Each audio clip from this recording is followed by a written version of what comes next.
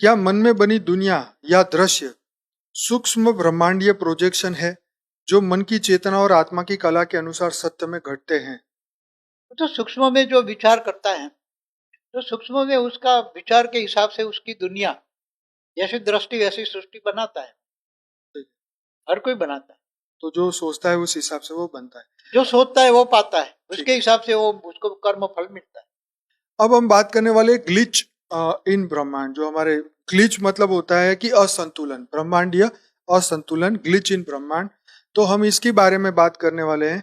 क्या ब्रह्मांड, परमब्रह्मांड या बेहद के अनंत स्तरों में ग्लिच होता है, मतलब असंतुलन होता है? हाँ, होता है, तब तो विनाश होता है।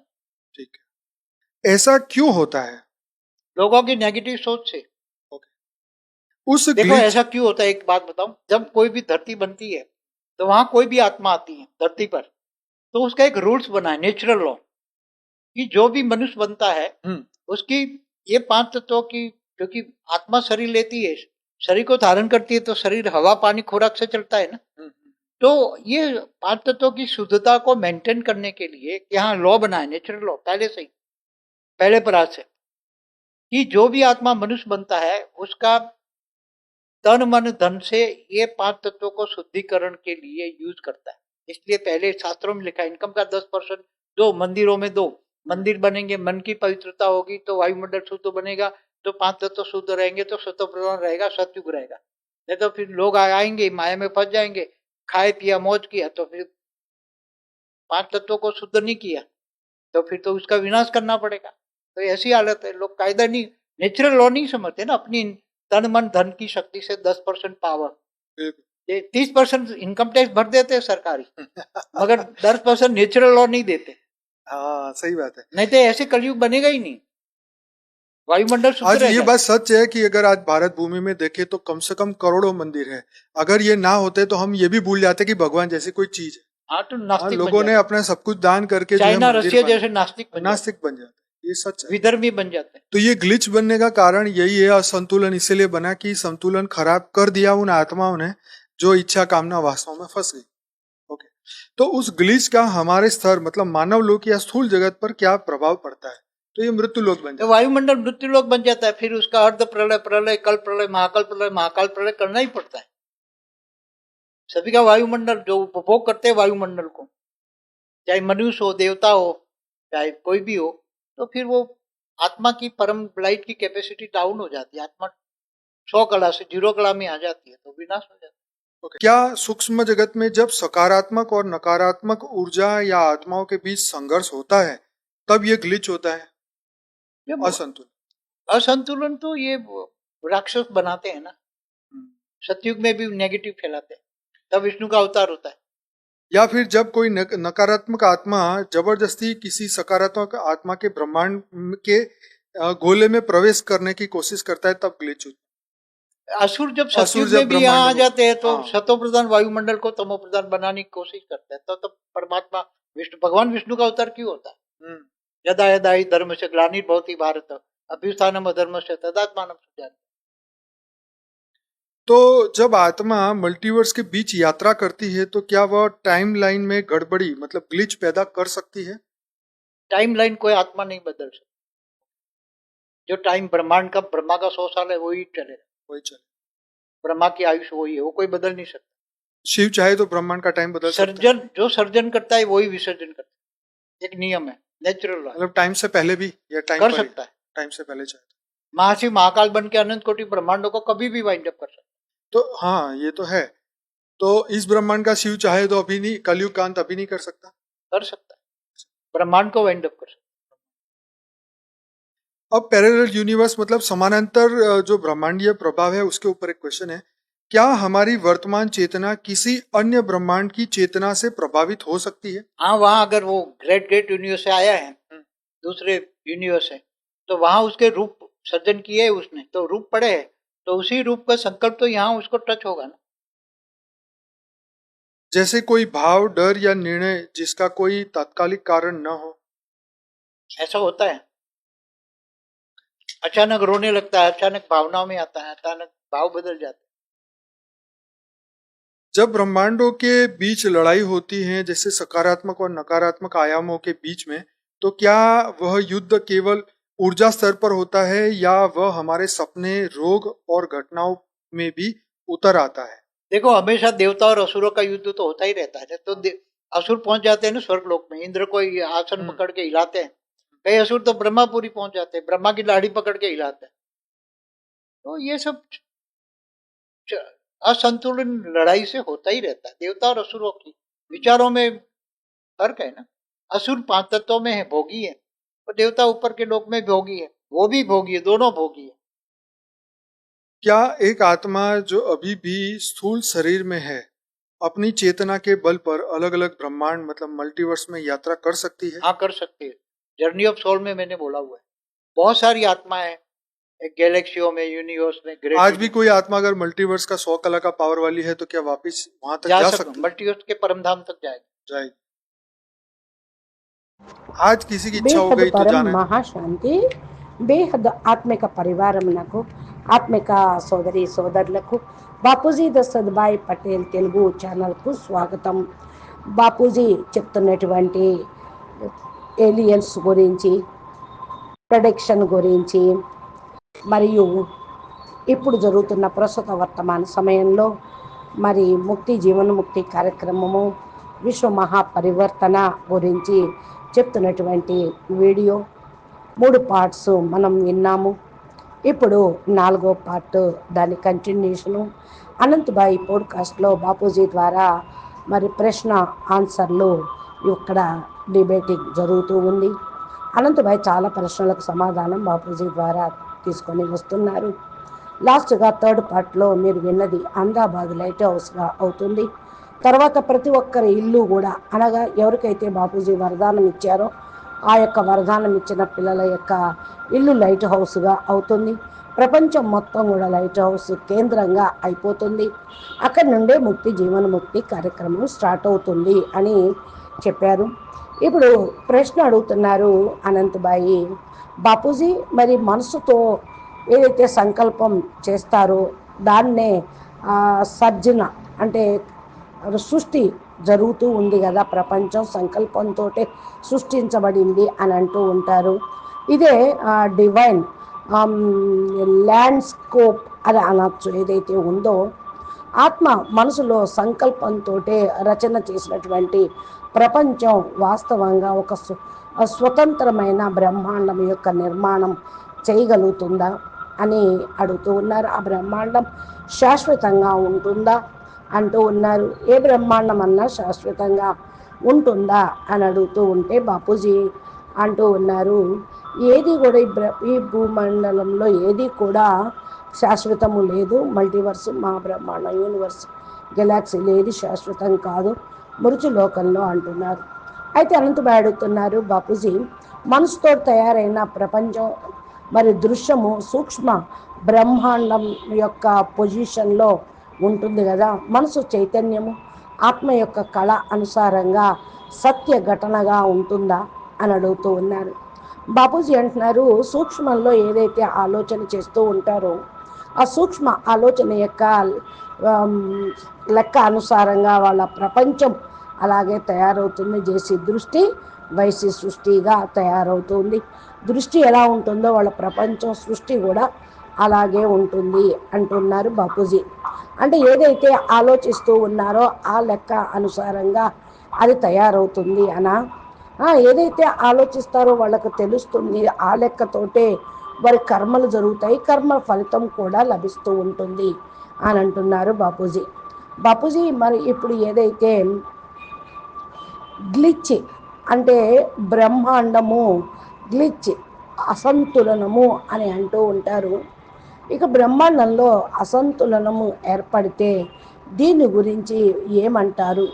బ్రహ్మాండము, మహాబ్రహ్మాండము, పరమహాబ్రహ్మాండము, బేహద్కే బేహద్ అనంత స్థరాల పైన కూడా క్లిచ్ అనేది జరుగుతుందా అంటే అసంతులనం, ఇన్బ్యాలెన్స్ అవుతుందా అంటూ ఉన్నారు.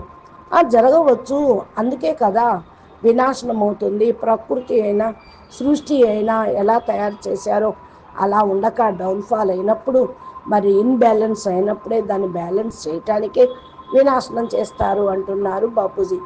అయితే అనంతబాయ్ అడుగుతున్నారు, ఇలా ఎందుకు జరుగుతుంది బాపూజీ అని అంటే మానవుల యొక్క నెగిటివ్ ఆలోచనలతోటి.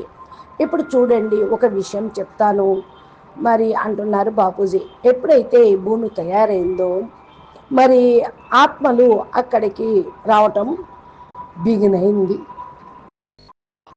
ఏదైతే ఒక రూల్ తయారు చేశారు ఈ భూమి మీద, ఒక నియమం అనేది తయారైంది.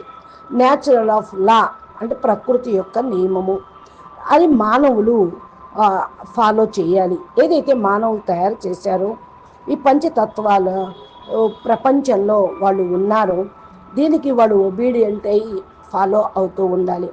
ఆత్మ శరీరం తీసుకున్నప్పుడు, శరీరాన్ని ధరించినప్పుడు శరీరంకు గాలి, నీరు ఇవన్నీ కూడా అవసరం ఉంటూ ఉంటాయి. పంచతత్వాల యొక్క శుద్ధత్వంతో మెయింటైన్ అనేది జరుగుతూ ఉంది. ఇక్కడ లా తయారైంది, నేచురల్ లా. ఫస్ట్ పరార్థం నుండే ఇలా జరిగింది. మానవులు ఇలా తయారు చేశారు. తనువు, మనసు, ధనము, పంచతత్వాల శుద్ధీకరణము ఇలా యూజ్ అవుతూ ఉంటుంది. ఫస్ట్ శాస్త్రాల్లో రాశారు మరి 10% మరి ఏదైతే ఈ భూమిని శుద్ధి చేయటానికి, పంచతత్వాలు శుద్ధి చేయటానికి యజ్ఞ యాగాదులకు ఉపయోగించండి అని, మందిరాల్లో ఇవ్వండి అని, మందిరాల్లో దానం చెయ్యండి అని, అప్పుడే వాతావరణం శుద్ధి అవుతుంది, మనసు శుద్ధి అవుతుంది, పవిత్రం అవుతుంది అని చెప్పడం చేశారు. మరి ఎందుకంటే పంచతత్వాలు శుద్ధి చేస్తేనే కదా సతోప్రధాన ప్రపంచం సతయుగంలాగా ఉండేది. లేకపోతే మాయా ప్రపంచంలో అందరూ ఇరుక్కుపోతూ ఉంటారు. అందుకనే దాన ధర్మాలు చేయటము, యజ్ఞ యాగాదులు చేయటము, మరి రాజుల కాలం నుండి ఈ భూమి పుట్టిన దగ్గర నుంచి, సత్యయుగం దగ్గర నుంచి ఇవన్నీ వస్తూ ఉన్నాయి. అదే ఆధ్యాత్మికము, సనాతనము. ఇదే లేదనుకోండి, తినండి తాగండి అంటూ మాయ ప్రపంచంలో ఇరుక్కుపోతూ ఉంటారు. పంచతత్వాల శుద్ధి ఎలా జరుగుతూ ఉంటుంది? అందుకనే ఈ శుద్ధి జరగని కారణం వల్లే వినాశనం చేయాల్సి వస్తుంది. ఇలాంటి పరిస్థితి ఏర్పడుతుంది. ఇదే రూల్ అవుతుంది. న్యాచురల్ లా ఏమీ కాదు. మన యొక్క తనువు, మనసు, ధనం, శక్తితోటి 10% అని ఈశ్వరీయ సేవకో, సంస్థలకో, యజ్ఞ యాగాదులకో, అన్నదానం, గోదానం, భూదానం, వస్త్రదానం ఏదో ఒకటి చేస్తూనే ఉంటారు. ఎందుకంటే తనువు, మనసు, ధనము, శక్తితోటి ఉపయోగిస్తే మరి విశ్వసేవ కోసం బాగుంటుంది. విశ్వసేవ కోసం 10% ఇవ్వమంటే ఆలోచిస్తారు. మరి ఇన్కమ్ ట్యాక్స్ 30% బాగా నింపేస్తూ ఉంటారు. లక్షలు లక్షాధికారులైనా, కోటీశ్వర్లైనా, ఉద్యోగస్తులైనా వాళ్ళు చేసేటువంటి ఉద్యోగాలు 30% ఇన్కమ్ ట్యాక్స్కి వెళ్ళిపోతుంది గవర్నమెంట్కి. మరి 10% న్యాచురల్ శుద్ధీకరణ కోసం, యజ్ఞ యాగాదుల కోసం ఇచ్చినట్లయితే కలియుగం తయారయ్యేదే కాదు. న్యాచురల్ లాని వాళ్ళు ఒప్పుకోవటం లేదు, చేయటం లేదు అని అంటూ ఉన్నారు బాపూజీ. అయితే అనంతభాయ్ అడుగుతూ ఉన్నారు, బాపూజీ ఇది నిజంగా సత్యము? ఈనాడు భారతదేశం యొక్క భూమిని చూస్తున్నారు కదా, తక్కువలో తక్కువ కోట్ల మందిరాలు తయారైనాయి. ఇదే గనక లేకపోతే ఈనాడు అసలు భగవంతుడు ఉన్నాడన్న విషయాన్నే మర్చిపోయే పరిస్థితి, దుర్గతిలోకి వచ్చేసేవాళ్ళు. మంచిదైంది దాన ధర్మాలు చేసేవాళ్ళు, బిల్డింగ్లు, దేవాలయాలు కట్టేవాళ్ళు ఉండబట్టి, యజ్ఞ యాగాదులు జరుగుతున్న బట్టే భారతదేశం ఈ భూమి మీద ఈ మాత్రం అన్నా సనాతనము, ధర్మం ఉన్నది అంటున్నారు అనంతభాయ్. లేకపోతే మొత్తం నాస్తికులైపోయేవాళ్ళు అంటున్నారు బాపూజీ.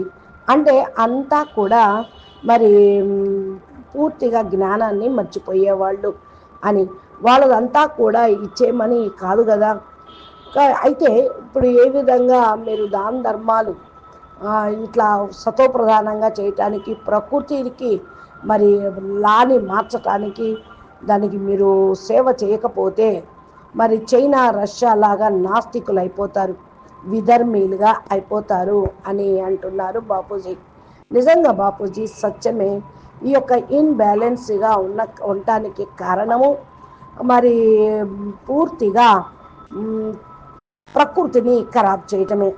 సతోప్రధానంగా చేసేటువంటి సంకల్పాలు లేదు, కర్మలు లేవు, యజ్ఞ యాగాదులు లేవు, ధర్మము లేదు. ఈనాడు ప్రపంచంలో. అందుకే కోరికలు, కామన్లు, వాసనలలో ఇరుక్కుపోయి ఉన్నారు మానవులు. అందుకనే ఇదంతా ఇన్బ్యాలెన్స్ అయిపోయింది. ప్రకృతి ఖరాబైంది, పంచతత్వాలు ఖరాబైపోయినాయి, మనుషులు మనసు ఖరాబైంది, బుద్ధి ఖరాబైంది అని అంటున్నారు. స్థూల జగత్తు యొక్క ప్రభావం చూడండి ఎంత ఉందో ఈ మానవ లోకంలో. ఇది అందుకనే ఇదంతా మృత్యులోకం అయిపోయింది అంటున్నారు బాపూజీ. అయితే అనంతభాయ్ అంటూ ఉన్నారు బాపూజీ, మరి వాయుమండలం మృత్యులోకంగా అయిపోయింది. ఇక్కడ కూడా మరి అర్ధ ప్రళయాలు, ప్రళయాలు, కల్ప ప్రళయాలు, మహాకల్ప ప్రళయాలు, మహాకాల ప్రళయాలు ఇవన్నీ కూడా జరుగుతూ ఉన్నాయి. మరి ఇవన్నీ కూడా ఏంటి అంటే అన్నీ కూడా వాయుమండలంలోని ఉపభోగమై అంటున్నారు బాపూజీ. వాయుమండలంలో ఏదైతే మానవులు వేశారో సంకల్పాలు, వైబ్రేషన్స్, అవే ఈనాటి విఘటనకు కారణమవుతుంది. దేవతలు కానివ్వండి, ఎవరైనా కానివ్వండి, వారి యొక్క ఆత్మ పరం లైట్ యొక్క కెపాసిటీ డౌన్ అయిపోయింది. 100 కళల నుండి 0 కళకి అయిపోయింది. -100 కళకి 0 కళ, -100 కళ 0 కళకి అయిపోయింది. కాబట్టి ఇది వినాశనం అవుతుంది అంటున్నారు బాపూజీ. అనంతభాయ్ అడుగుతున్నారు బాపూజీ, సూక్ష్మ జగత్తులో ఏదైతే మరి సకారాత్మకం ఉన్నదో ఆ యొక్క ఊర్జ అంతా కూడా ఇప్పుడు నకారాత్మకంగా అయిపోయిందా? ఆత్మల మధ్యన సంఘర్షణ జరుగుతూ ఉందా? అందుకనే ఇదంతా కూడా అసంతులనం అనగా ఇన్బ్యాలెన్స్ అయిపోతుంది సృష్టి అంతా అంటున్నారు అనంతభాయ్.